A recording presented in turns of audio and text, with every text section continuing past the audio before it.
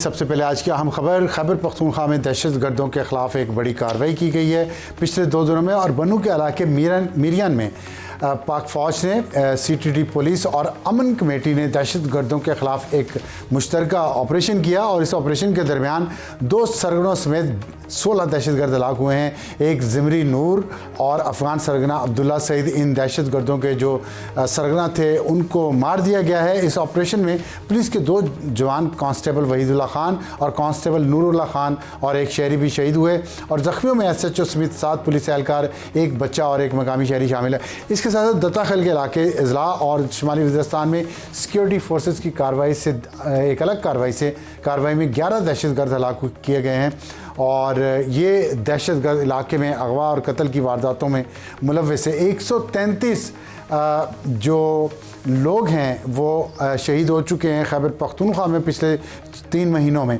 55 उनमें से सिविलियन शहीद हुए हैं और 78 सिक्योरिटी फोर्सेस के लोग शहीद हुए हैं इन 3 महीनों में। 3 महीनों का हम इसलिए कह रहे हैं कि पिछले 3 महीनों में जब से ईरान और अमेरिका की जंग शुरू हुई है हम देख रहे हैं कि दहशतगर्दी की कार्रवाइयों में इजाफा हो गया है। और ये थी हमारी आज की अहम खबर और आज के प्रोग्राम का तारुफ हमारी टॉप स्टोरी होगी।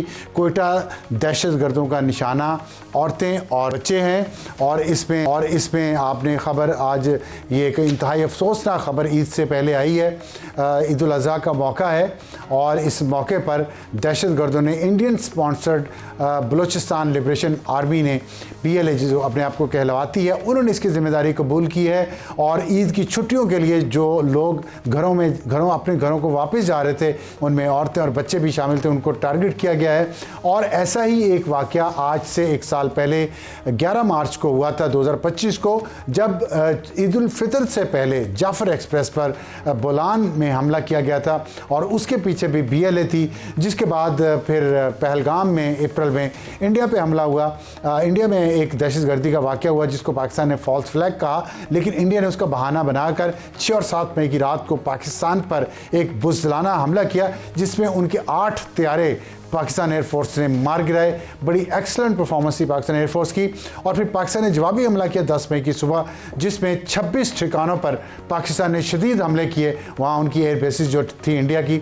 और इसके बाद इंडिया की हुकूमत ने अमेरिका से दरख्वास्त की कि पाकिस्तान और इंडिया के दरमियान सीज़ फायर करवाया जाए। तब से लेके अब तक सीज़ फायर है, लेकिन इस सीज़ फायर के दौरान जैसे मैंने आपको अभी KP का बताया कि वहाँ 78 सिक्योरिटी फोर्सेस 55 सिविलियन शहीद हुए हैं। इसी तरह बलूचिस्तान में इन्हीं पिछले 3 महीनों में 284 लोग शहीद हो चुके हैं जिसमें 87 सिविलियंस हैं और 197 सिक्योरिटी फोर्सेस के जवान इसमें और ऑफिसर शहीद हुए हैं।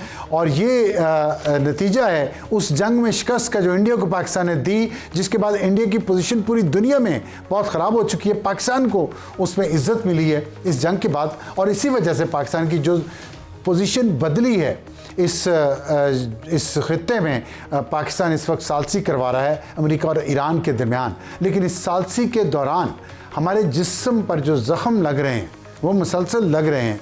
अंदरूनी महाज पर हमें काम करने की क्या ज़रूरत है, इस पर बात करेंगे। हमें आज ज्वाइन करेंगे इफ्तिखार फिरदौस साहब जो सिक्योरिटी एनालिस्ट हैं और बानी हैं खुरासान डायरी के। ये होगी हमारी आज की टॉप स्टोरी और हमारे आज का टेल एंडर होगा इंसाफ के लिए मीडिया की ज़रूरत क्यों। बहुत सारे जेंडर बेस्ड कत्ल होते हैं इस मुल्क में, लेकिन इंसाफ सिर्फ उसी को मिलता है बदकिस्मती से जिसका केस मीडिया हाईलाइट करता है। इस पर मैमूना सत्तार साहिबा ने एक रील बनाई है जो हम आपको दिखाएंगे टेल एंडर में। और हमारा आज का हॉट इशू होगा ईरान अमेरिका हतमी मुआहिदा कितनी दूर। पाकिस्तान के field marshal Asim Munir Tehran के दौरे से वापस आए हैं। पाकिस्तान के प्राइम मिनिस्टर शहबाज शरीफ इस वक्त चीन में मौजूद हैं। सफारतकारी हो रही है मुसलसल पाकिस्तान की तरफ से और पाकिस्तान कोशिश कर रहा है एक सालिस के तौर पर कि अमेरिका और ईरान के दरमियान मुस्तकिल जंग बंदी हो, ईरान पर पाबंदियाँ ख़त्म हो, खित्ते में अमन और खुशहाली हो और इस्लामी ममालिक आपस में खून रेज़ जंग से बच सकें। और इस पे जो कुछ हो रहा है इसमें एक ब्रेक थ्रू कल जो हुआ है वो ये है कि एक एग्रीमेंट के करीब दोनों ममालिक पहुंच चुके हैं, लेकिन हतमी मुआहिदा कितनी दूर है इस पे बात करेंगे हम आज के अपने हॉट इशू में। और हमारा आज का एडिटोरियल होगा कराची के लिए पीने का पानी। साफ़ पानी, ये इसमें मसाइल क्या हैं, K4 क्या है और उस पर कितनी लागत बढ़ती, इतनी लागत बढ़ती क्यों जा रही है, इसके पीछे वाटर टैंकर माफिया का रोल क्या है, इसके बारे में हमारा आज का एडिटोरियल शुरू करते हैं टॉप स्टोरी से। बहुत बहुत शुक्रिया हमें ज्वाइन करने का। आज हम कोयटा में जो कुछ हुआ है, दहशतगर्दों ने एक गाड़ी चमन फाटक पे उन्होंने जाके वो मारी है ट्रेन में, जिसमें बहुत सारे लोग शहीद हो चुके हैं, औरतें और बच्चे भी हैं। आपके ख्याल में ये एक पाकिस्तान को जो खारजा महाज पे जो कामयाबी मिल रही है पूरी दुनिया में, पूरे इंटरनेशनल मीडिया में इस वक्त पाकिस्तान की बात हो रही है, लेकिन साथ ऐसी खबरें जब जाती हैं पाकिस्तान से तो हमारी कामयाबी इन अ वे गहना जाती है। कैसे देखते हैं आप इस सिचुएशन? अब सार साहब आपने बिल्कुल जो है 100% दुरुस्त बात जो है वो की है, और मैं नहीं समझता कि बलूचिस्तान का मसला जो है उसमें सिर्फ इंटरनल डायनामिक्स को जो है आप ब्लेम कर सकते हैं।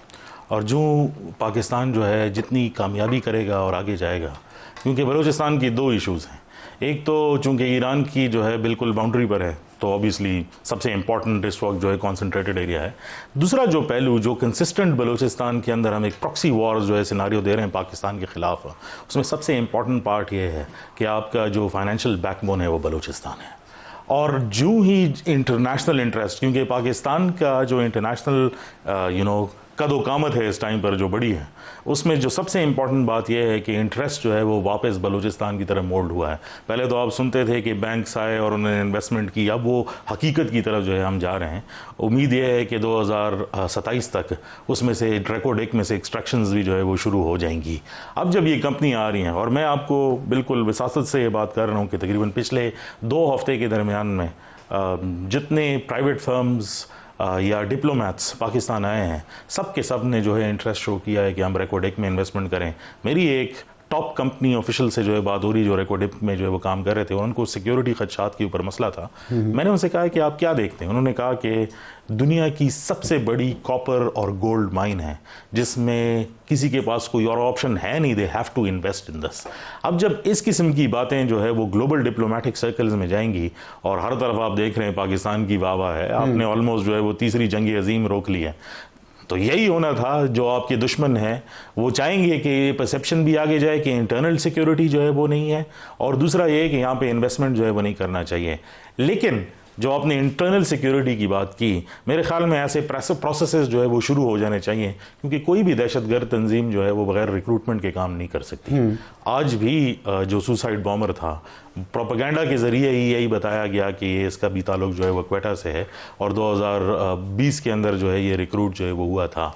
तो ये जो प्रॉक्सीज इनको रिक्रूट कर रही हैं, वो गैप डेवलपमेंट के ज़रिए और अवामी एतमाद के ज़रिए बंद करना पड़ेगा, वरना तो ये प्रॉब्लम बढ़ने वाला है।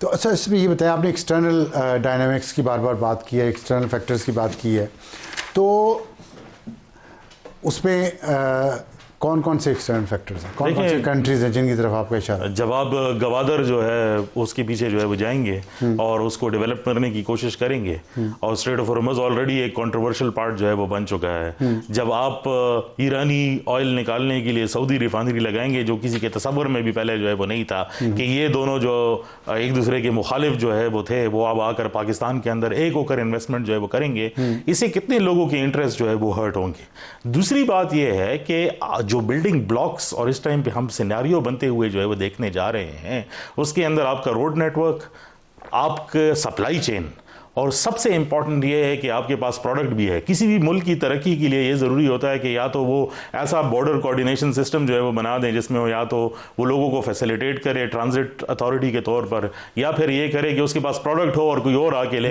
पाकिस्तान एक ऐसी सरजमीन है जिस पर तीनों चीज़ें आपके पास जो है मौजूद है।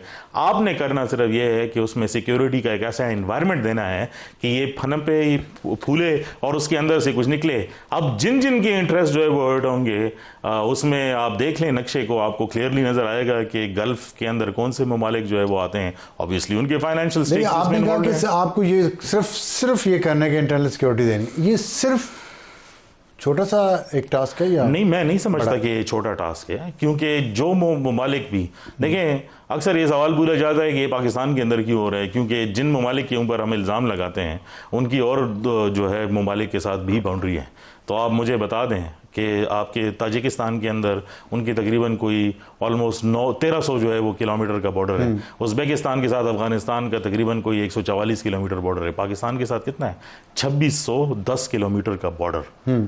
और एक ऐसा बॉर्डर जो हम यूनिलैटरली जो है वो मैन कर रहे हैं कि उसमें सिर्फ पाकिस्तानी फोर्सेस तो आपको नजर आते हैं, दूसरी साइड पर उस पर आपको सिर्फ नॉन स्टेट एक्टर्स नजर आते हैं। ये चैलेंजेस आपके होंगे। आपने करना ये है कि पेरिफेरीज के अंदर जो आपकी पॉपुलेशन है उसको अपने साथ लेकर जाना है।